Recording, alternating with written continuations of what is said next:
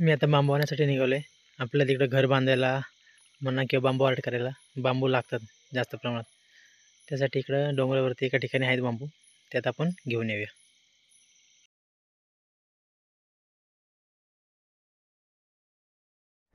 तो बघा रस्ता, त्या रस्त्यापासून ह्या पूर्ण डोंगर चढून आपल्या इथं वरती जायचं. इथं वरच्या साईडला मेसाचं बेट आहे, बरंच अंतर आहे तसं सगळं इथं वरती. सोबत हा हिरवागार डोंगर, ही उरमडी नदी, ते वेणेखोल गाव,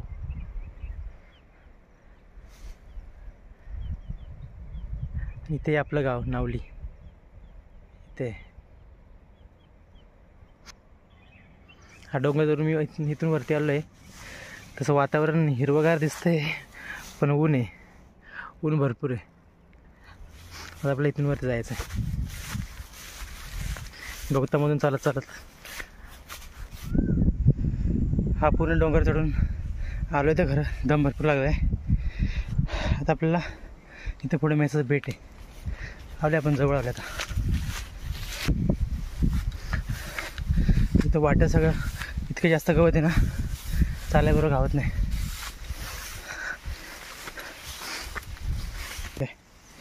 हे बघा खांद्यापर्यंत गवत आहे, डोक्यापर्यंत. हे तर मला मीच बाहेर काढायचे.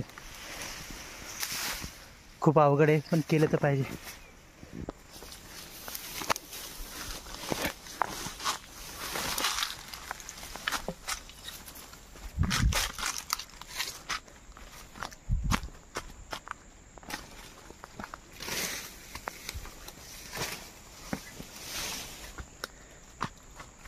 शेवटी आपण आपल्या जागेपर्यंत पोचलेलो आहे. बघा मी बांबूचं बेट, इथून रस्ता पण. आता आपण हे तोडूया. हे बांबूचं बेट पूर्ण जंगलाच्या वरती. कोण ऐका र इथं कोणच नाही, मी एकटाच आहे जंगलामध्ये आलो. आता मी मेस तोडतोय. थोड्या ठिकाणी याला असं करतो, मी इथं मोबाईल अडकवीन आणि मी कसं काय तोडतो ते तुम्हाला सर्वांना दिसेल. ह्याच्यामध्ये मोबाईल अडकवणार.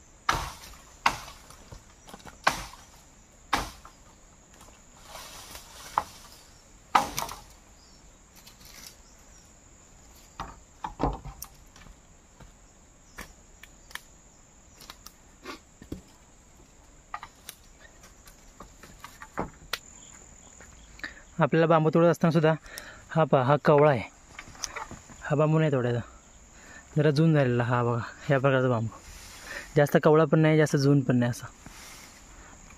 हे बघा अशा प्रकारचा बांबू तोडायचा, म्हणजे हा टिकतो. अरे ह्याला लवकर खराब होत नाही हा बांबू. हे बघा हे कवळे बांबू, ह्या बांबू तोडून उपयोग नाही.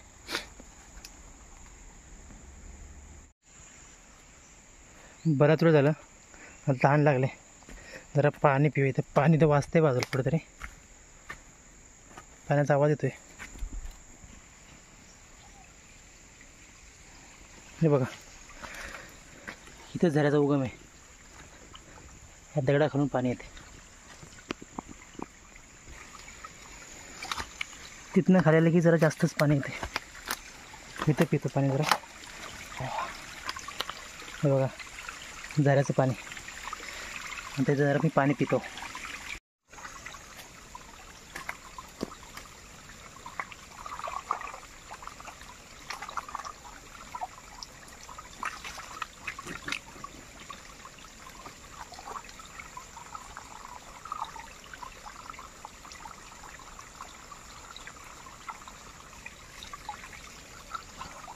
थंडगार मस्त पाणी. पाणी पिऊन झाल्यावर इथं बाजूला एक गोष्ट मिळाली. ती काय आहे नक्की हे तुम्हाला मी पुढच्या व्हिडिओमध्ये सांगेन. हो.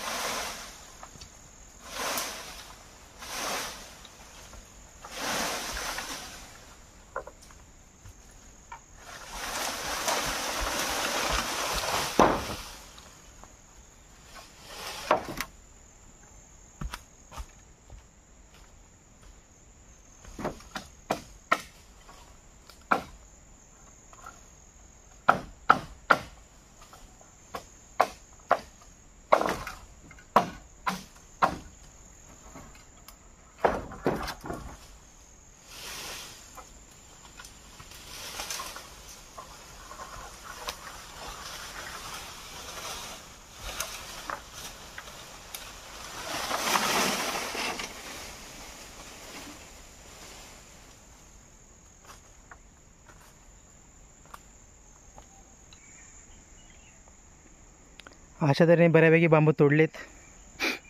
आता संध्याकाळ झाले, बघू उद्या सकाळी येऊन बांबू खाली नेतो.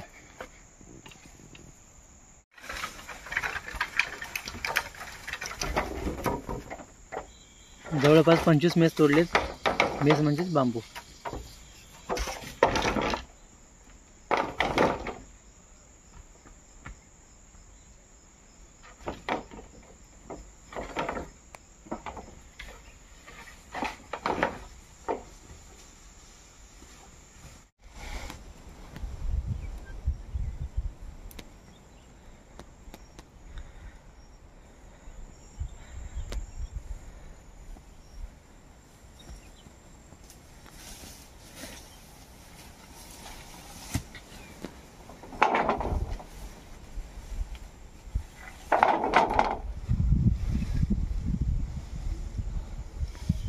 गवत खूप जास्त आहे, म्हणजे जास्त मोठं झाले गवत, त्यामुळे असं चालता येत नाही. म्हणून असं टाकत खाली नेतो सुरुवातीला.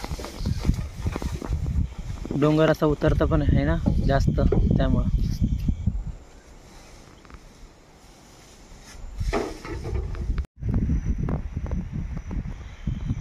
अर्ध्यापर्यंत आलो मेस काढत. आता खांद्यावरती सपाट जागा आहे, त्यामुळं